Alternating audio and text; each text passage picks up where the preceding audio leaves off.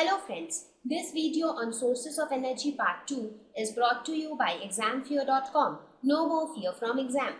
So let us start with conventional sources of energy. So what are conventional sources of energy? As I mentioned, the sources of energy which are being used since a long time. That is what you can, that is the definition as its name suggests. Conventional means traditional. So the sources which are being used since a long time. Conventional sources of energy are generally non-renewable. Now, what is this non-renewable? Non-renewable, as the name again says, what? Renew. What is renew? Renew means, for example, you have your driving license, right? It gets expired. So there is an option that you can get it renewed. That means your driving license will become active once again. Suppose again it got expired. So again you can renew it. So again it will become active. So the word renew means something which can be used again and again.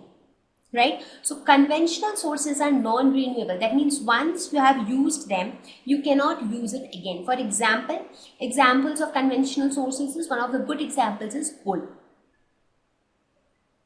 Now, once you burn coal, you get a lot of heat energy, but the coal which you have burnt, that is gone.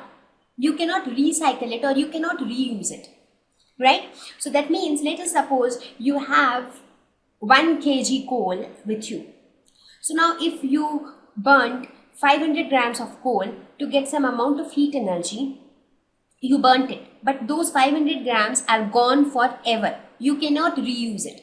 So that means whatever amount of that coal you have, so that is like all you have. You cannot renew it. So that means there is a chance that in future, in near or far future, there can be a possibility that you do not have any further stock for the source of energy. Right?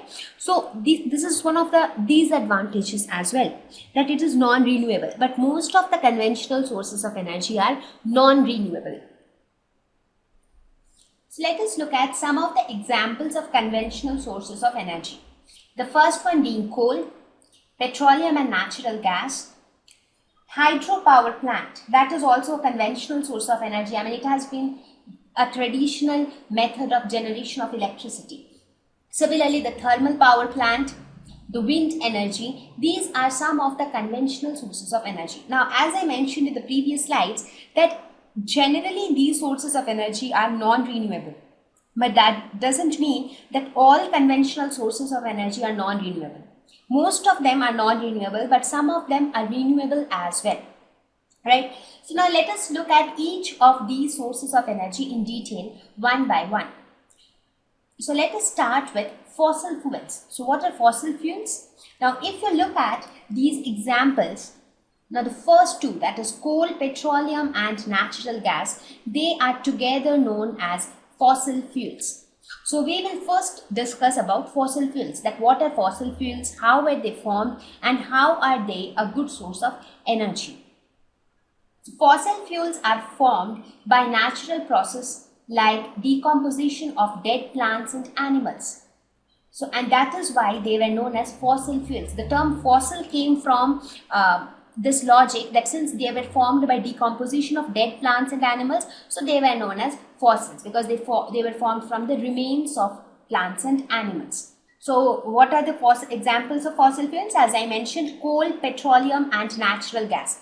These three fall under the category of fossil fuels. So now, I don't need to explain you. I think most of you would have seen coal. You are also aware of natural gas and you are also aware of petroleum. So these are some certain things which are common to your day-to-day life, right? So these are fossil fuels. Now we will see how exactly were the fossil fuels formed. These fossil fuels were formed during the Carboniferous period. That is a period several million years ago from now. So these fossil fuels were formed during the Carboniferous period. So why this period was known as, it was something around the dinosaurs period. So you can imagine, I'm talking about such an old period. So it was that long back when the fossil fuels were actually formed. Now let us see how were the fossil fuels formed. Well, during the Carboniferous period, most of the areas were covered by trees, leafy plants, ferns, swamps and things like that. So everywhere you could see more of algae, plants, greenery all around. So even the oceans were all covered with the green plant like structures like algae and all. Okay, so that is how it was during that period, right? Now what happened as those plants or ferns or algae or whatever it is or small sea animals, as everything died, so these dead plants sank to the bottom of the oceans, right? Now as they sank to the bottom of the oceans, in due course of time they got covered with rocks, sand, clay and all those stuff. And in due course of time more and more rocks were gathered, got deposited upon them.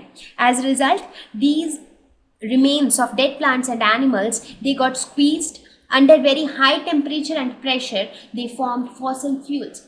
Now this entire process, it was not a very small process, or this did not happen very quickly. It took a long period of time. It almost took over hundreds and thousands of years for these remains of dead plants and animals to decompose and then form any of these fossil fuels.